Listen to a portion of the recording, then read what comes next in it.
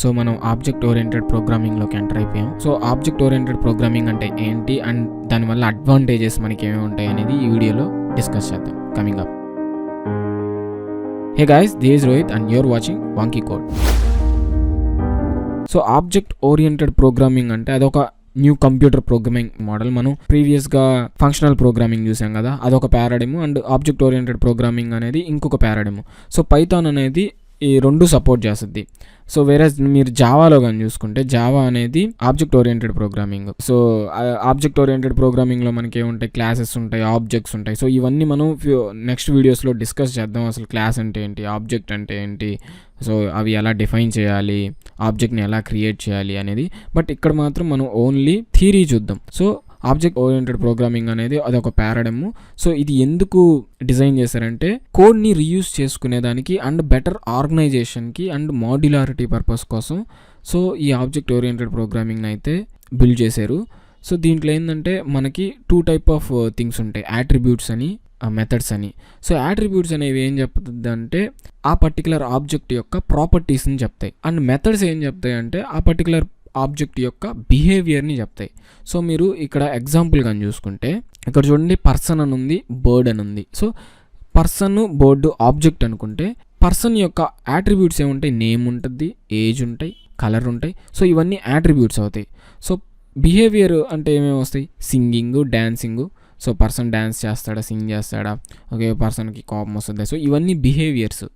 Okay, so ఇలాంటి ఒక kind of థింగ్ని ప్రోగ్రామింగ్లో implement చేయడానికి దీన్ని అయితే తీసుకొని వచ్చారు. అండ్ పైథాన్ మనకు తెలిసింది అది మల్టీ ప్రోగ్రామింగ్ పారాడిమ్ని సపోర్ట్ చేస్తుంది. అండ్ ఈ ఆబ్జెక్ట్ ఓరియంటెడ్ ప్రోగ్రామింగ్ వల్ల మనకు అడ్వాంటేజెస్ ఏంటంటే కోడ్ యొక్క సింప్లిసిటీ. అంటే ఎలా చెప్తానంటే ప్రతి ఒక్కటి క్లాస్ ఆబ్జెక్ట్ ఈ మోడల్లోనే ఉంటుంది.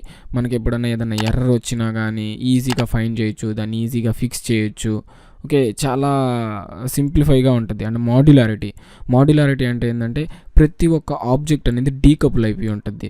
సో ఎవరి క్లాస్లో వాళ్ళకి సంబంధించిన మెథడ్స్, వాళ్ళకి సంబంధించిన యాట్రిబ్యూట్సే ఉంటాయి. సో ఏ క్లాస్కి ఆ క్లాస్కి ఉంటుంది. సో మనం ఒక క్లాస్లో చేంజ్ చేస్తే అది ఇంకో క్లాస్ని ఎఫెక్ట్ చేయడం కానీ సో ఇలాంటివన్నీ ఉండవు. ఓకే, మాడిఫైబిలిటీ. సో ఇప్పుడు చెప్పాను కదా, మైనర్ చేంజెస్ ఏమన్నా ఉంటే మనం చేంజెస్ చేసుకోవచ్చు. సో అఫెక్ట్ ఏమవ్వవు. అండ్ ఎక్స్టెన్సిబిలిటీ, ఏదైనా ఫీచర్స్, కొత్త ఫీచర్స్ యాడ్ చేయాలన్నా ఆల్రెడీ ఉన్న ఫీచర్స్ని మాడిఫై చేసుకోవచ్చు, ఎక్స్టెండ్ చేసుకోవచ్చు. అండ్ మెయింటెనబిలిటీ అంటే ఇందాక చెప్పాను కదా, ఏదైనా ఎర్రర్స్ వచ్చినప్పుడు ఈజీగా ఫిక్స్ చేసుకోవచ్చు అని. సో ఇలాంటివి. అండ్ కోడ్ రీయూజబిలిటీ, మనం ప్రొసీజరల్ ప్రోగ్రామింగ్లో లైక్ ఫంక్షనల్ ప్రోగ్రామింగ్లో అయితే కోడ్ని మళ్ళీ రాస్తుంటాం. సపోజ్ ఒక ఫైల్లో ఒక టైప్ ఆఫ్ కోడ్ ఉందనుకోండి, ఒక మెథడ్ ఉందనుకోండి, ఒక ఫంక్షన్ ఉందనుకోండి. సో అదే ఫంక్షన్ ఇంకొక ఫైల్లో కూడా అదే ఫంక్షన్ రాస్తాం. సో దీనివల్ల ఏంటంటే మనకి మెమరీ ఇంక్రీజ్ అవుద్ది, కోడ్ ఎఫిషియన్సీ అనేది అంత ఉండదు.